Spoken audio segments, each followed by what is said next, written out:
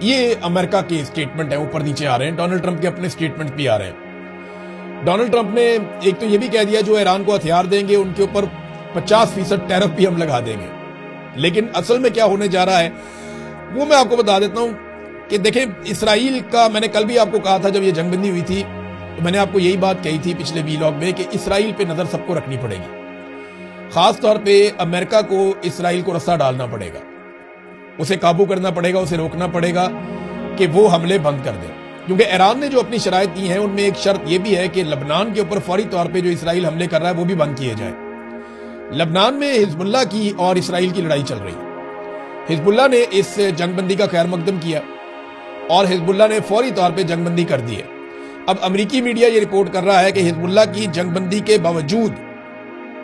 امریکی میڈیا کے مطابق اسرائیل جو ہے وہ حملے کر رہا ہے، اور اسرائیل کے جو چیف آف جنرل سٹاف ہیں انہوں نے کہا کہ وہ پورے عزم کے ساتھ شمالی اسرائیل کے شہریوں کی حفاظت کے لیے حزب اللہ پر حملے جاری رکھیں گے، اور اس وقت اسرائیل لبنان پہ شدید ترین حملے کر رہا ہے اور یہ حملے بند کرنا جنگی شرائط میں شامل تھا۔ اب اگر یہ شرط پوری نہیں کی جاتی تو پھر ایران کی جو فارس نیوز ایجنسی ہے انہوں نے ایک دعویٰ کیا ایرانی ملٹری سورسز کی جانب سے کہ اس پر ایران اپنے رد عمل کی تیاری کر رہا ہے کہ اگر اسرائیل باز نہیں آتا اور وہ لبنان کے اوپر یا حزب اللہ کے اوپر لگاتار اپنے حملے جاری رکھتا ہے شہریوں پر تو پھر ایران ریٹیلیٹ کرے گا۔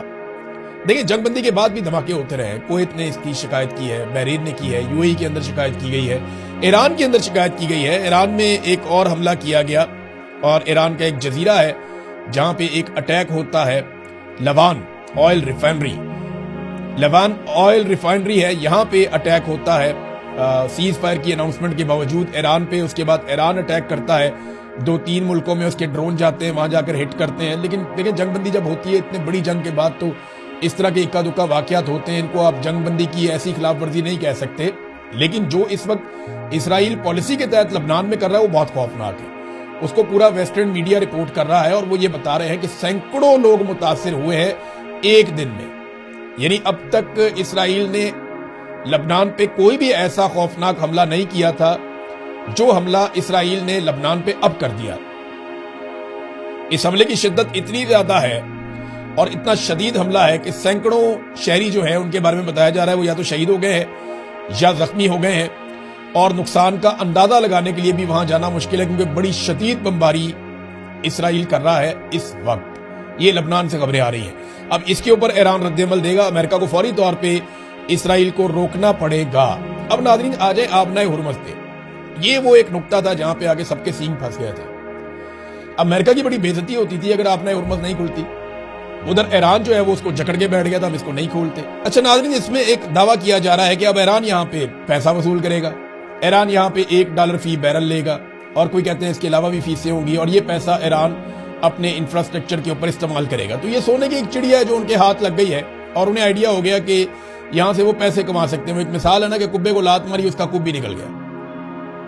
تو یہ ایران کو ایک فائدہ ہے۔ کچھ عالمی رپورٹیں ہیں وہ یہ دعویٰ کرتی ہیں کہ ایران یہاں سے $500 ارب کا ٹول اکٹھا کر سکتا ہے۔ اب یہ بہت بڑی اماؤنٹ ہے، اور اگر اتنا پیسہ ایران یہاں سے اکٹھا کر سکتا ہے تو یہ تو ایران کی قسمت بدل دے گا یہ پیسہ، اگر تو وہ ایسا کر سکتا ہے۔ اور یہ عالمی رپورٹیں ہیں، انٹرنیشنل میڈیا میں چھپی ہیں، فائنینشل ٹائم جو ہے انہوں نے بھی یہ بات کی ہے اور دیگر اخبارات اس قسم کی باتیں چھاپ رہے ہیں۔ اب اس میں ایک جرنلسٹ ہیں جن کا نام ہے جوناتھن کارل، انہوں نے ڈونلڈ ٹرمپ سے آج صبح بات کی اور انہوں نے ڈونلڈ ٹرمپ سے پوچھا کہ کیا وہ ایرانیوں کی جانب سے آبنائے ہرمز سے گزرنے والے تمام بحری جہازوں پر ٹول یعنی محصول وصول کرنے کے فیصلے پر متفق ہیں۔ تو انہوں نے مجھے بتایا کہ ٹول وصول کرنے کے لیے امریکہ اور ایران کا ایک مشترکہ منصوبہ ہو سکتا ہے، یعنی امریکہ اور ایران مل کر وہاں سے ٹول وصول کر سکتے ہیں کہ امریکہ بھی اس میں سے کما لے، ایران بھی اس میں سے کما لے۔ تو عرب ممالک کو کیا ملا؟ بڑا سوال تو یہ ہے، لیکن چلے پہلے پورا سٹیٹمنٹ آپ دیکھ لیں۔ ہم اسے ایک مشترکہ منصوبے کے طور پر کرنے کا سوچ رہے ہیں، یہ اسے محفوظ بنانے کا ایک طریقہ ہے اور بہت سے دوسرے لوگوں سے بھی محفوظ رکھنے کا ایک طریقہ ہے،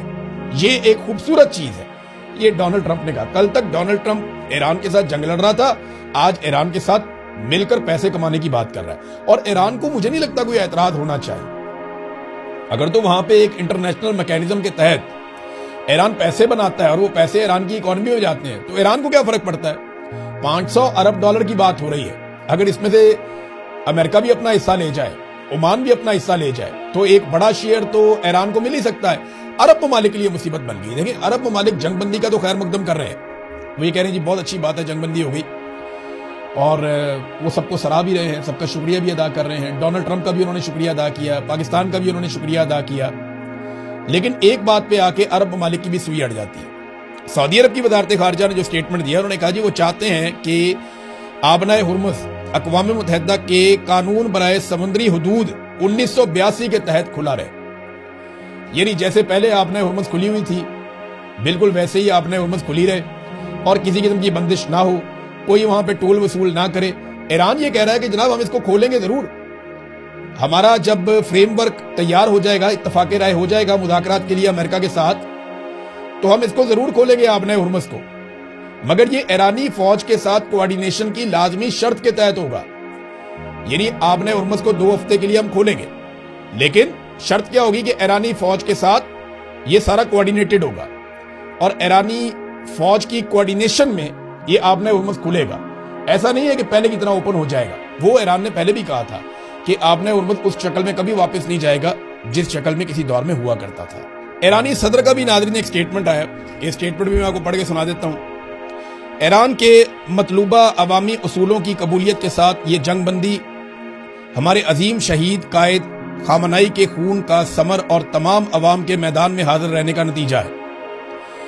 وہ یہ کہہ رہے ہیں کہ یہ جو ہمیں کامیابی ملی ہے یہ ہماری شرائط پہ ملی ہے، اور اس کی وجہ آیت اللہ علی خامنائی کی شہادت ہے،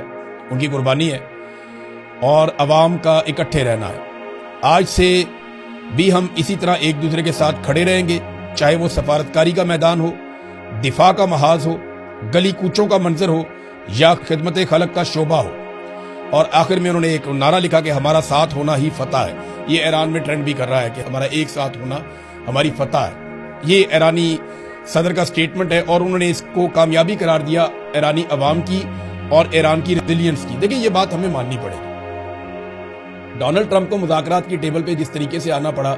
اور ایران کی شرائط ماننی پڑی، اور پاکستان کو فیس سیونگ کے لیے اسے رابطہ کرنا پڑا۔ پاکستان نے ڈونلڈ ٹرمپ کو فیس سیونگ ہی دینی تھی، اور دینی بھی چاہیے تھی، کیونکہ جنگ بندی میں سب کا بھلا تھا، سب سے زیادہ پاکستان کا بھلا تھا۔ پاکستان ایک غریب ملک ہے، ہم ایک بلا وجہ کی نئی مصیبت میں ہمیں نہیں گھرنا چاہیے تھا۔ جنگ بندی شاندار چیز ہے، اور پاکستان کو اس کا بہت فائدہ بھی ہوگا۔ اب پاکستان کو ایران سے تیل بھی لینا چاہیے، رشیا سے تیل بھی لینا چاہیے، چیزوں کو نارملائز کرنا چاہیے۔ ایران پہ سے پابندیاں اٹھیں گی تو ہماری جو گیس پائپ لائن ہے وہ بھی آگے بڑھے گی، اور پاکستان کو اس کا بہت فائدہ ہوگا۔ پاکستان کو فائدہ ہوگا تو ہر پاکستانی کو فائدہ ہوگا، اور ہر پاکستانی کو اس پہ خوش ہونا چاہیے۔ بس کاپی پیسٹ والی حرکتیں نہ کرے، اس سے جو ہے وہ سبکی ہو جاتی ہے عالمی سطح پہ، پورا دنیا کا میڈیا جو ہے وہ مذاق اڑا رہا ہے۔ تو پاکستان کے پرائم منسٹر کو اپنی نالائکیوں سے تھوڑا سا گریز کرنا چاہیے، بڑا ملک ہے، تھوڑی ذمہ داری کا مظاہرہ کرنا چاہیے۔ تو ناظرین اب ایسا دکھائی دیتا ہے کہ یہ جو ڈیل ہے اس میں بہت سارے مالی فائدے اٹھانے کی امریکہ بھی کوشش کرے گا، ایران بھی کوشش کرے گا، اور مجھے امید ہے کہ مستقل جنگ بندی ہو جائے گی، لیکن اس کے لیے تمام ممالک کو مل کر اسرائیل پہ دباؤ ڈالنا پڑے گا، اور اسے روکنا پڑے گا کہ وہ غیر قانونی جنگوں سے اجتناب کرے۔ وہ جو حملے کر رہا ہے اپنے چاروں طرف، ان حملوں سے اس کو روکا جائے۔ اب اگر اسرائیل نہیں رکتا نا، تو امریکہ کو چاہیے پھر 2-4 دن جو ہے وہ بیچ میں سے نکل جائے اور ایران کو اسرائیل کے ساتھ نمٹ لینے دے۔ تو 4 دن کے اندر اسرائیل کی طبیعت مجھے لگتا ہے ٹھیک ہو جائے گی، کیونکہ وہ اکیلا کبھی بھی، یہ رانا ثناء اللہ نے بات کی تھی، بات غلط نہیں کی تھی کہ اگر امریکہ بیچ میں سے نکل جائے تو ایران کی 1.5 گھنٹے کی خوراک ہے اسرائیل۔ یہ بات رانا ثناء اللہ نے بالکل غلط نہیں کی تھی، وہ بات ان کی ٹھیک ہے۔ اور اگر واقعی میں امریکہ یہ چاہتا ہے کہ اسرائیل کو کنٹرول کیا جائے، تو پھر 1 دن کے لیے اس لڑائی میں سے باہر نکل کے